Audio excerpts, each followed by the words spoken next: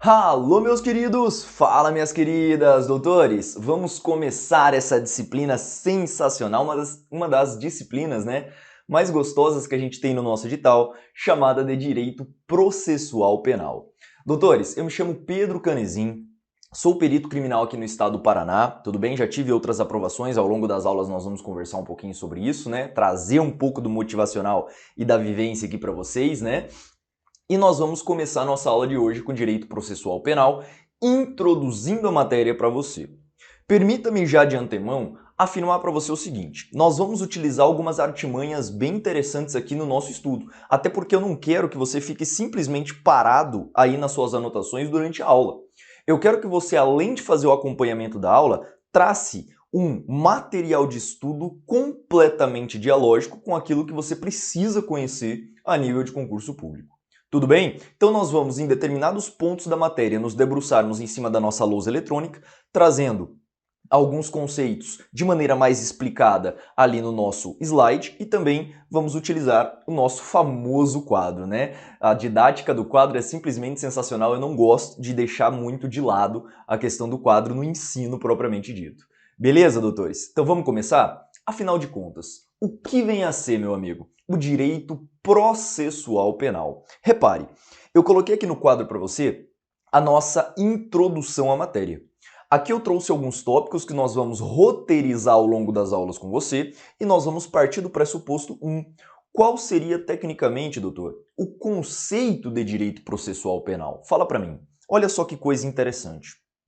Em um Estado democrático de direito, nós não podemos deixar haver navios alguns direitos que foram de fato concretizados pela nossa Constituição Federal. Eu não posso simplesmente verificar o direito penal, por exemplo, a prática de um crime, e já aplicar de pronto a pena. Nós não podemos, então, neste caso, simplesmente, doutores, aplicar a pena sem legitimar que aquela pessoa é de fato culpada. Por isso que nasce de antemão o direito processual penal, o qual vai funcionar como uma verdadeira ferramenta, repare agora, o direito processual penal, ele vai instrumentalizar a prática do direito penal. Não é à toa que você deve estudar direito penal associado diretamente com o processo. As duas disciplinas, elas são irmãs e elas precisam de fato serem interpretadas sempre em conjunto para a sua prova. Então veja, se você pegar o artigo 121 do Direito Penal, do Código Penal, melhor dizendo, ele vai dizer lá, matar alguém, pena de 6 a 20 anos. Para que eu possa aplicar a pena, eu vou passar por algumas fases processuais, repare, e estas fases processuais vai legitimar se aquela pessoa é de fato culpada ou inocente. Então, basicamente, o direito processual penal trabalha com essa ideia. Por isso que eu vou pedir para você me acompanhar aqui no slide, para que nós possamos, de fato, traçar um verdadeiro conceito da matéria, conceito este, inclusive, trazido pela nossa própria doutrina. Então, vem para cá. Então, já inaugurando o nosso item de número 1, que é justamente o conceito, eu quero trabalhar com você basicamente o seguinte, repare. O direito processual penal, doutor, ele é um ramo do direito público. Olha só, ele é um ramo do direito público, cuidado agora, tudo bem? Ele é um ramo do direito público que estabelece normas e princípios. Que estabelece normas e princípios. Que estabelece normas e princípios, veja, para, doutores, para disciplinar, com o intuito de disciplinar, veja agora, estamos no ápice, hein? Para disciplinar a persecução penal. Opa, deixa eu colocar junto aqui, né? A persecução penal. Pedro do céu, mas que história vem a ser esta entre persecução penal e também a aplicação da pena? Eu não sei se eu entendi muito bem esse aspecto. Doutor, repare o seguinte, Quando a gente traça um verdadeiro conceito de direito processual penal para você, é importante demais que você entenda que o processo penal é meio. É meio para quê, Pedro? Ora, é meio para que seja de fato aplicado a pena a determinado indivíduo. Então repare, houve a aplicação de um crime supostamente praticado por A. Para que eu possa, portanto, investigar, processar e aplicar uma pena, nós observaremos um princípio que nós vamos trabalhar ao longo das aulas, chamado de princípio do devido processo legal. É, sem dúvida, um princípio norteador de toda a ação do direito processual penal. É aquilo que nós chamamos de princípio guarda-chuva. Deste princípio decorre o contraditório, decorre a ampla defesa e por aí vai. Então, no que tange ao conceito, conseguimos bater o primeiro tópico que a gente tem aqui da disciplina. Trata-se de um ramo do direito público. Pedro, por que ramo do direito público? Veja, vai lá para suas aulas de direito administrativo, eu não sei se você já está estudando aí, mas lá no direito administrativo, você vai aprender que existe dois princípios norteadores do direito público, não é verdade? Supremacia do interesse público sobre o privado e indisponibilidade do interesse público. Estes dois princípios andam de mãos dadas. Pedro, por quê? Repare, a partir do momento que o Estado é legitimado com aquilo que nós chamamos de ius puniendi, ou direito de punir, é importante que você entenda que só o Estado é quem pode de fato punir as pessoas. É como se eu dissesse, existe um contrato social. A pessoa, ela abre mão de alguns direitos, por exemplo, o direito de fazer justiça com as próprias mãos, e o transmite para o Estado. Quando o Estado, sendo o detentor legítimo do direito de punir, ou seja, ius puniendi, ele vai garantir algumas coisas à sua população, como a própria segurança pública, tudo bem? Em contrapartida, só ele é quem é o detentor legítimo do poder de punir. Esta vem a ser a ideia. Então, nesta seara do conceito, vem comigo que eu quero traçar com você mais um aspecto que acaba sendo bem técnico aqui com você.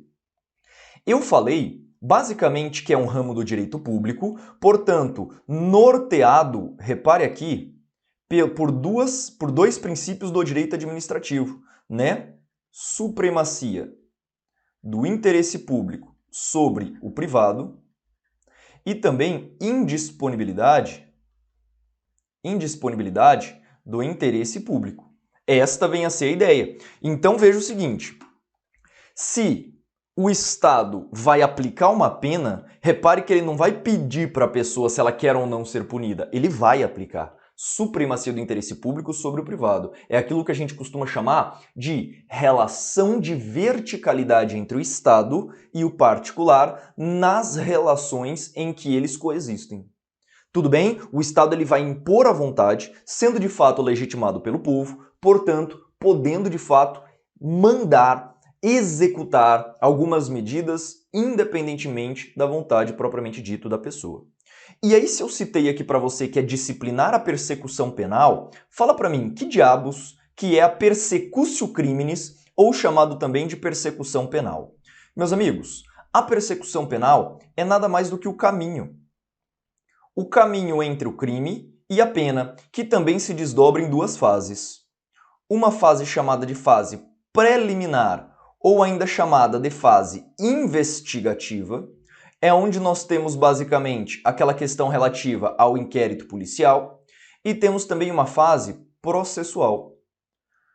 Nós, claro, vamos trabalhar dentro do seu edital naquilo que for coerente ser conversado com você.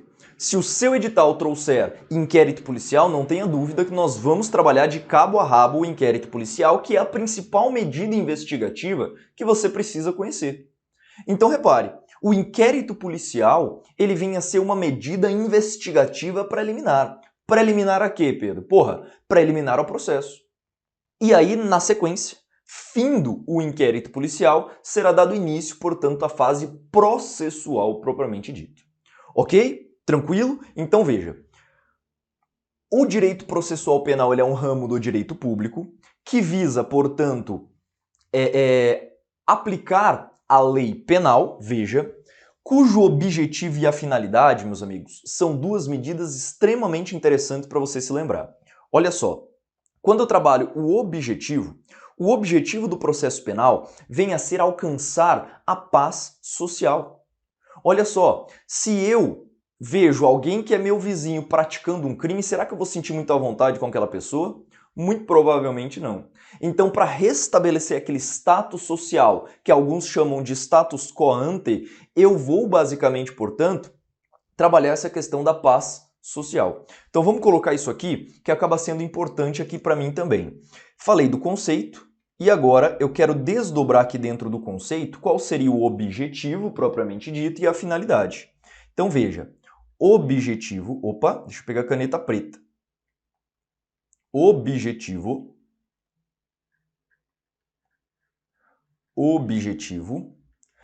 sendo o nosso objetivo a instrumentalização do direito penal.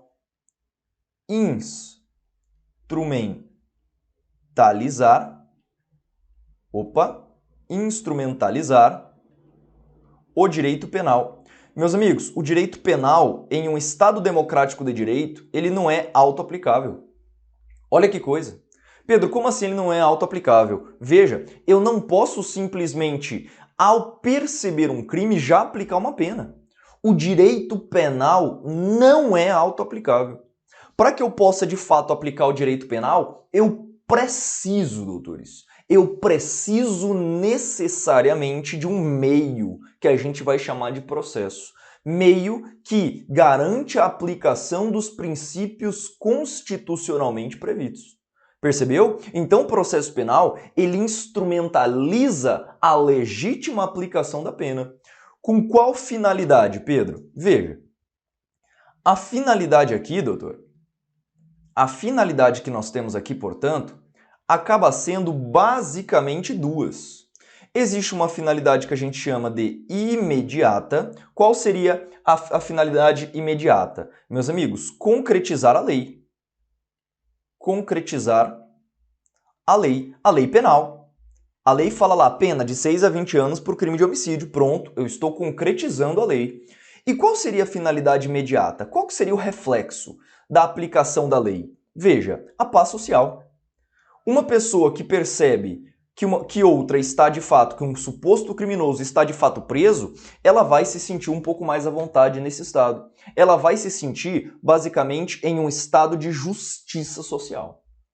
Percebeu? Linda disciplina, né? Então repare que eu bati com você o conceito, o objetivo e a finalidade do processo penal propriamente dito. Ok, bacana. Fechamos então essa parte mais inicial da matéria. Agora eu vou verticalizar o nível do nosso concurso e nós vamos começar a trabalhar com as fontes. Quais seriam, doutores, as fontes? Toda vez que alguém perguntar para você o que vem a ser a fonte do direito, eu quero que você se lembre de qual é o dispositivo que emana aquele instituto jurídico. E aí nós temos basicamente duas fontes. Uma fonte chamada de fonte material e uma fonte que nós chamamos de fonte formal. Qual seria, Pedro, a diferença entre as duas? Repare, fonte material é basicamente responder a uma pergunta. Quem pode legislar sobre aquele assunto? Meu amigo, quem de fato pode legislar sobre processo penal? Eu vou até complementar aqui para você com o dispositivo que a lei legitima. Quer ver só? Se você pegar o artigo 22, inciso 1º da nossa Constituição Federal, você vai perceber que a nossa Constituição, a nossa Constituição, ela vai afirmar que somente a União é privativo da União legislar sobre processo penal. Meus amigos, quando eu cito para você a fonte material, eu estou questionando quem pode legislar sobre este assunto. E você já sabe quem. Você vai afirmar que a União é o único ente federativo que está de fato legitimado a legislar sobre processo penal. Não pode os estados, o DF e os municípios criarem normas processuais penais, a não ser em uma única exceção. Vai lá para o parágrafo único do artigo 22. Você vai perceber, da Constituição, tá? Você vai perceber, na prática, que lá havendo lei complementar, pode, neste caso, autorizar os estados e o DF, não entra os municípios, hein? Os estados e o DF a legislar sobre pontos específicos do processo penal, desde que haja, portanto, lei complementar autorizando. Esta seria a ideia da fonte material. Agora, quando a gente trabalha as fontes formais do direito processual penal, esta sim demanda um pouquinho mais de estudo para que nós possamos, de fato, desdobrar o tema. Vamos trabalhar isso no slide? Olha só, quais seriam então, meus amigos, as chamadas fontes formais do processo penal? Repare, as fontes do processo penal, você vai afirmar o seguinte, ó, fontes formais. Eu quero só que você desdobre o tópico que eu deixei para você ali no quadro. Então, dentro das fontes formais, nós desdobramos dois subtipos. Veja, existem as fontes formais chamadas de primárias ou imediatas ou principais, primárias ou imediatas ou ainda chamada de principais. São consideradas fontes primárias, imediatas ou principais. Primeiro, opa, caneta vermelha. Peguei de novo caneta errada aqui, que ódio. Então vem para cá. Primeiro delas, meus amigos, a Constituição Federal. É óbvio, a Constituição basicamente regulamenta boa parte dos dispositivos jurídicos hoje vigentes no Brasil. Tá? Então a Constituição ela é fonte primária, ela é fonte imediata. Nós temos também as leis. As leis também são fontes principais, fontes primárias. O mesmo vale para as súmulas vinculantes, notadamente produzida, portanto, pelo STF, não precisava nem dizer isso. Pedro, mas o que vem a ser tecnicamente uma súmula? Meus amigos, uma súmula é nada mais do que uma decisão de tribunal resumida e numerada. Quando ela tem caráter vinculante e só o STF emite súmula de caráter vinculante, cuidado com isso, nós teremos basicamente uma decisão do STF que vincula todos os tribunais àquele tipo de decisão, tá? Então nós veremos várias ao longo das nossas aulas aqui. Então veja, eu já citei três: Constituição Federal, as leis e a súmula vinculante. Em algumas partes da matéria, meus amigos, nós temos que utilizar alguns entendimentos doutrinários. E neste caso, estamos diante de um deles. Por exemplo, o nosso professor Renato Brasileiro, ele vai citar que também será considerado fonte principal ou primária os chamados tratados internacionais que o Brasil aderiu, tá? Notadamente tratados internacionais que versam sobre direitos humanos. Direitos humanos é apenas um deles, tá? Não é apenas os tratados de direitos humanos, não. Mas todo e qualquer normativo internacional que de fato atue nesse contexto deverá ser considerado fonte primária, imediata ou principal do direito. Agora, você vai perceber que ao longo das minhas aulas eu vou citar para você jurisprudência dos demais tribunais além do STJ, eu vou citar para você o posicionamento da doutrina a respeito daquilo, lembrando que a doutrina é nada mais do que um conjunto de pessoas com notório saber jurídico discorrendo sobre aquele tema nos seus livros. Então você, pelo amor do que você acredita, você não vai comprar livro aqui na nossa disciplina, hein? Até porque o direito que vem caindo geralmente aqui para nós é um direito mais tranquilo. Nos pontos específicos é a minha função aprofundar o conteúdo com você. E aí sim, eu tenho que basicamente lembrar alguns conceitos doutrinários com você e aplicar. Essa é a minha função. E nós vamos mastigar isso muito bem para você nas aulas. Tudo bem?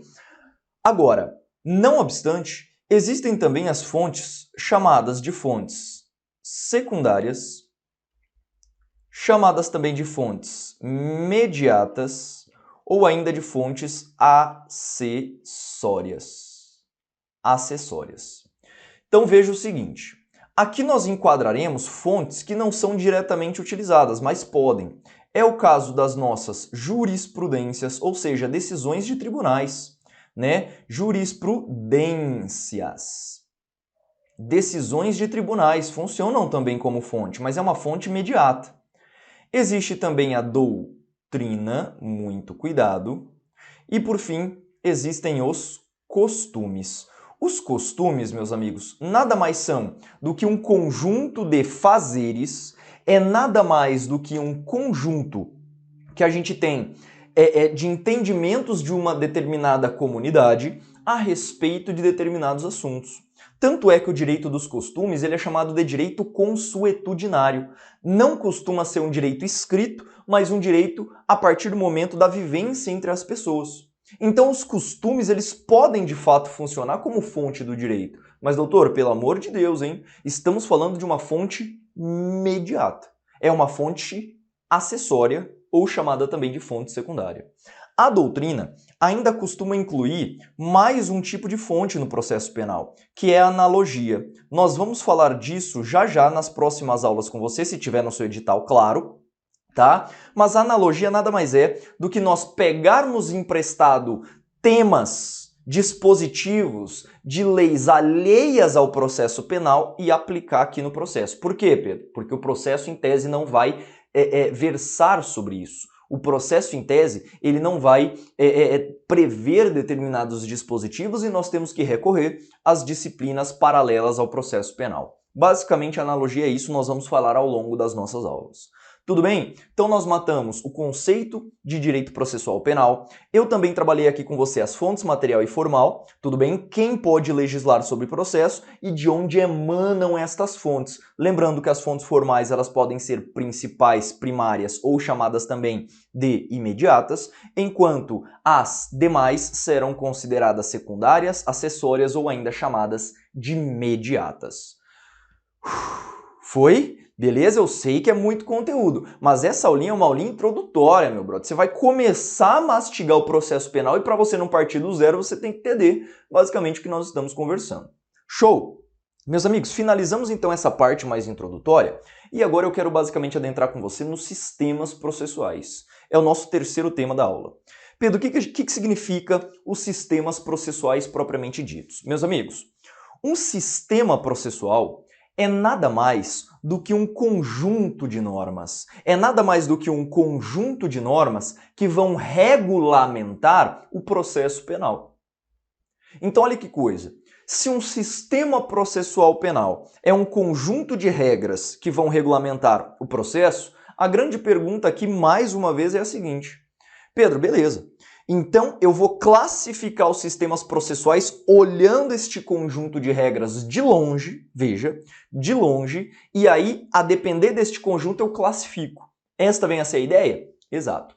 E aí, existem duas grandes correntes de sistemas processuais, doutores. Duas grandes correntes de sistemas processuais. São elas o sistema inquisitivo e o sistema acusatório. Qual é vigente no Brasil? Pedro, calma, respire primeiro, já já nós vamos conversar sobre isso. Mas eu quero trazer as qualidades de cada uma delas e aí você vai me dizer qual é basicamente o sistema adotado no Brasil. Quer ver só? Cobrado inclusive no concurso da Polícia Civil do Rio Grande do Sul no ano de 2019, esse troço aqui, tá? 18-19, o último concurso que nós tivemos aí. Então, sistemas processuais inquisitivo e acusatório, qual seria a característica do sistema inquisitivo? Doutor, o sistema inquisitivo é um sistema marcado pela concentração de poderes em uma única pessoa. É aquele sistema que a gente tinha basicamente na época do absolutismo, quando o rei, por exemplo, decidia se determinadas coisas iam ou não acontecer. Por isso que no sistema inquisitivo nós temos reunião de funções. Quais funções, Pedro? Basicamente a função de julgar, a função de processar, portanto de acusar, e também a função de defesa. Olha que coisa, a acusação, o julgamento e a defesa do réu se dá pela mesma pessoa. Doutor, fala pra mim, qual que é a chance desse troço ser viciado? Bastante grande mesmo. Por isso que eu quero afirmar para você o seguinte: aqui nós temos uma reunião de funções, função de julgar, função de acusar e função também de defender. Estas três qualidades nós veremos que marcam a separação com o sistema acusatório. Mas vamos por partes. Segunda qualidade, no sistema inquisitivo nós temos um processo sigiloso. No sistema inquisitivo, os ritos investigativos e processuais acontecem acobertados, acontecem sobre o sigilo, não sendo, pelo menos em tese, permitida a liberação de informações acerca daquele ato. Olha que coisa interessante. Além disso, no sistema inquisitivo réu, meus amigos, tem duas prerrogativas marcantes. Aqui o réu, ele é mero espectador do processo e da investigação. Nesse sistema, o réu é um mero objeto de discussão que, por vezes, sequer se manifesta durante a investigação e processo, a não ser que a figura do sucerano admita que ele fale alguma coisa. Então, nesse sistema, o réu ele é um mero objeto de análise. Ele não é uma pessoa detentora de direitos. Percebeu? E também o réu, neste sistema, se houve a perpetração de uma investigação ou de um processo, nesse sistema o réu será considerado culpado desde que ele se prove inocente. Olha que coisa! Nesse sistema o réu ele tem uma inversão daquela concepção que nós temos hoje no Estado democrático. Aqui o réu será considerado culpado até que se prove o contrário, e também a confissão deste réu tem um apelido, e esse apelido cai demais em prova.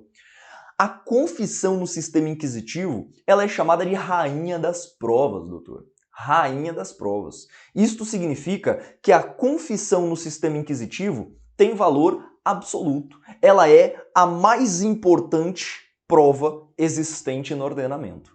Ok? Este é o sistema inquisitivo. Agora, quando eu trabalho com o sistema acusatório, a ideia muda. Pedro, por quê? Inclusive diametralmente oposta. No sistema acusatório, nós teremos separação das funções. Um agente será responsável por processar, outro agente será responsável por julgar e outro agente será responsável pela defesa. É o que acontece, inclusive, hoje no nosso ordenamento jurídico. Pode perceber. Pedro, quem julga as causas processuais penais? Meu amigo, um juiz de direito criminal. E isto vai ser a figura do gerenciador do processo. Quem acusa no Brasil, Pedro? Ministério Público. É o Ministério Público, é a figura do promotor. E por fim, nós temos aqui também, a defesa sendo realizada por pessoa técnica habilitada, chamada de advogado. Então veja que as funções aqui se dividiram. Não existe mais aquela concentração, o que viabiliza um Estado mais democrático de direito, o que viabiliza um Estado mais legitimador da aplicação da pena. Além disso, publicidade. Repare, no inquisitivo é sigilo, no acusatório nós temos a publicidade. Doutor, os processos penais são públicos. Se você quiser ir assistir uma audiência hoje, por exemplo, você pode. Tudo bem? O réu, no sistema acusatório, ele é pleno detentor de direitos, tudo bem? Portanto, ele tem direito ao contraditório, ele tem direito à ampla defesa, ele tem direito, por exemplo, à dignidade, ainda que seja condenado, e por aí vai. No sistema acusatório, o réu não é um mero espectador, ele é detentor de direitos. Veja a diferença, hein? Também será considerado inocente, princípio este que nós vamos desdobrar ao longo das aulas, chamado do princípio da presunção de não culpabilidade ou princípio da presunção de inocência. Nós veremos que a doutrina critica essa nomenclatura, mas nós vamos conversando ao longo das nossas aulas também. Ok? Então o réu nesse sistema será considerado inocente até que se prove ao contrário. E por fim, a confissão no sistema acusatório, ela tem valor relativo.